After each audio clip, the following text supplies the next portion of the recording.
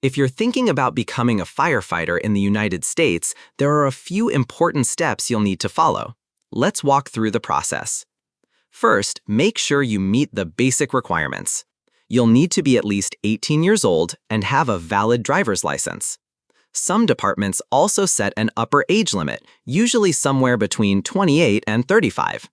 If you're younger than 18, you can sometimes join as a junior firefighter to start getting experience. Education comes next. A high school diploma or GED is the minimum, but many firefighters choose to go further with fire science programs or related courses.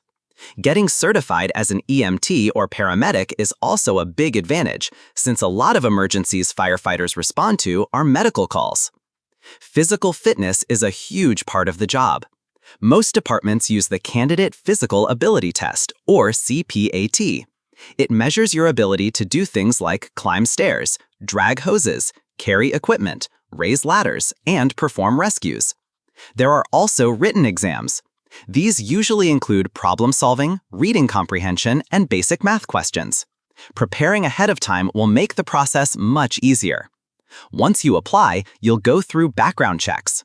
This includes your driving record, credit history, and any past legal issues. Departments also want to see a commitment to community service, volunteering, whether it's with a fire-related program or organizations like the Red Cross. Another part of the hiring process is the psychological evaluation. This test checks your ability to handle the stress and demands of the job.